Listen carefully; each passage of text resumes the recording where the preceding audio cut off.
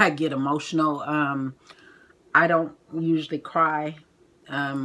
It's hard to get me to cry, but there's certain things that will touch me. Hi guys, I'm doing another video today.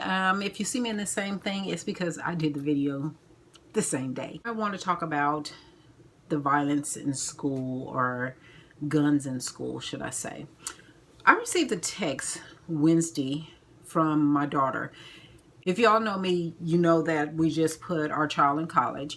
And if you don't know, go back and look at the previous videos. We've done a mother-daughter tag. I will put the link in the description box.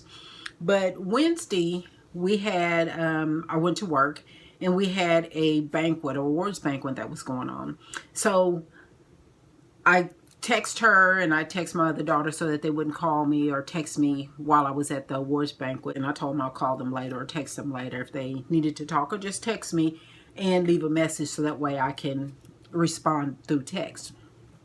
So me and a co-worker rode over to the reward ceremony together, and of course they fed us and they were playing different games like bingo, and you know, we had door prizes and things like that. It was a award ceremony based on recognizing different areas and what we do for NASA. I am a contractor for NASA. So while we're eating, well, no, I take that back. I had already eaten and we were starting to play, bingo. And I received this text message from Jay.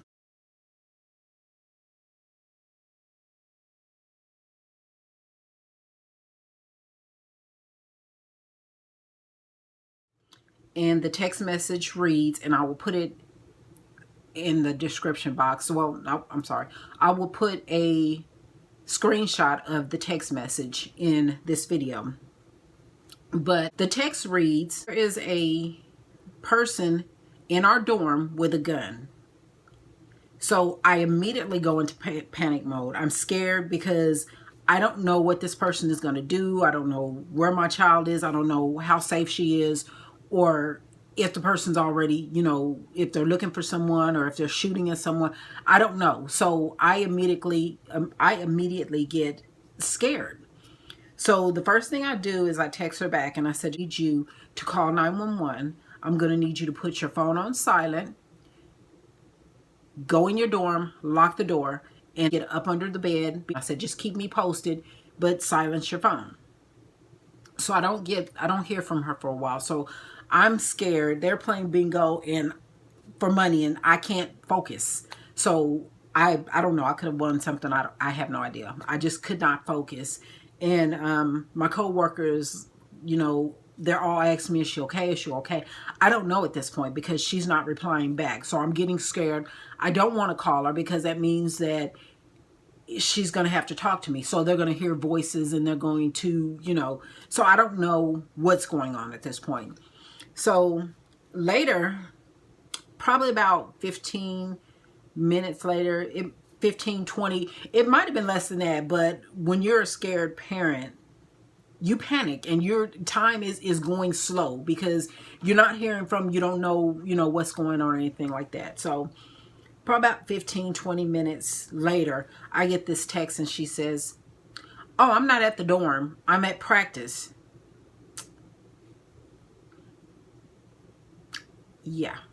So the first thing I do is text her back and I'm like, Jaylisha, next time you send me a text, please start the text out with, Nana, I'm safe, I'm okay, I'm at practice, but there is someone with a gun in my dorm.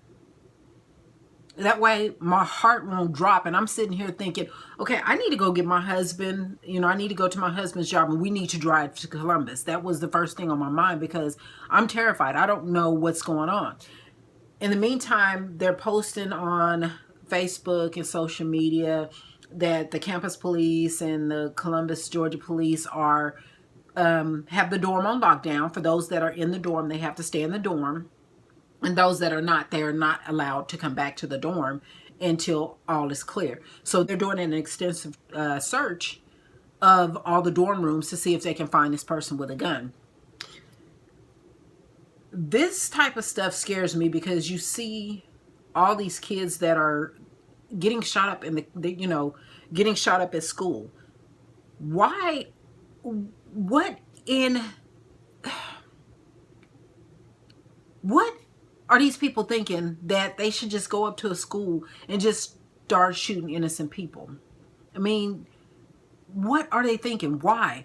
I mean, it's like I my nerves were on end all day and I didn't know what to do, how to react. And on top of it, the school never contacted me. They never texted me. They never called.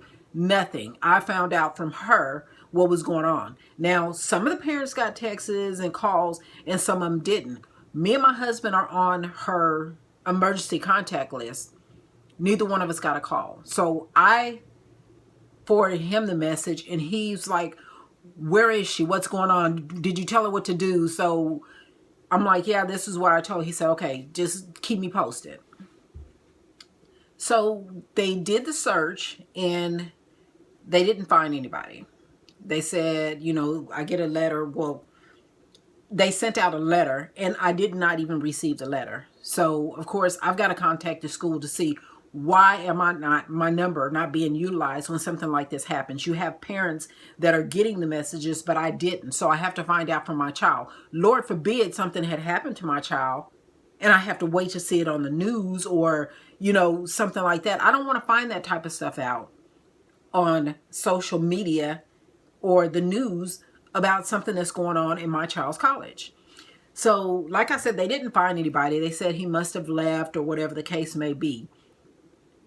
My thought then goes to, is someone pranking? Is this a prank? Did somebody really see somebody with a gun? And if it was a prank, why are kids playing like this? Because they didn't find anybody. So I'm just curious what happened because it's like now it's all over with. So do I have to worry about if there was really a person at the school with a gun? Is this person coming back to the school? Why did they choose the freshman dorm? How did they get in the freshman dorm? Because you have to have a card to get into the dorm. So these are the questions that I've had from the school. And I left a message and I also sent an email because I want to know why I was not contacted. But any parent is going to panic. Any parent is going to be scared out of their mind. And that's how I felt because there is too many school shootings going on. That is, it's not the type of thing that you want to see going on at your child's school. So my biggest thing is you're trying to protect your child, but you cannot always protect them. But at the same time, it makes you scared, a little leery to send them off to college or even send them off to high school with all this stuff that's going on, in the media these days and at the schools and all these random shootings and different things like that. But at the same time, you have to be able to trust that your child know how to deal with it and how to do the right thing, and how to stay calm and protect yourself and keep you informed on what's going on. My question is, I've already been through a tragedy as well as she is, and that's a long story and it's a story for another day. Maybe I'll tell it, maybe I won't. I mean, it's personal, and when you lose someone or one of your children, it makes you, I don't want to say, yes, I do. It makes you feel like you're overprotective of the rest of your children. So I've learned, with the help of my husband, to step back and let them be their selves, and that I always can't protect them, and that I can't always protect them. But at the same time, when you go through one tragedy, it's automatic that you are going to cling on to what you have left and try not to, how do I say it? Try not to go through the same situation and try to protect them you know, try and keep them out of harm's way. Okay, I am going to end this video before I get emotional. I don't usually cry. It's hard to get me to cry, but there's certain things that will touch me, and I'm just going to end this video before I get too emotional. But maybe I'll tell my story, maybe I won't. I can't make any promises, but thanks for listening, guys. That was my little rant. Guys, it was just something that was on my mind, and I don't know if anybody's been through something like that or how you guys feel about it, but I just wanted to come on and just, you know, say how I was feeling and what was going on with her in school, and how we need to keep our family close, let them know that we love them and that we are there for them, and be there when they need you. I mean, life is too short. You never know what's going to happen, or, you know, from day to day, you know, you're not promised tomorrow. So love your family, no matter what it is. If it's your child, your parents, you know, love your family and keep them close. Make sure that you stay in touch with them and let them know that they are loved. But that's all I wanted to say, guys. Thank you for listening, and I will talk to you later. Bye.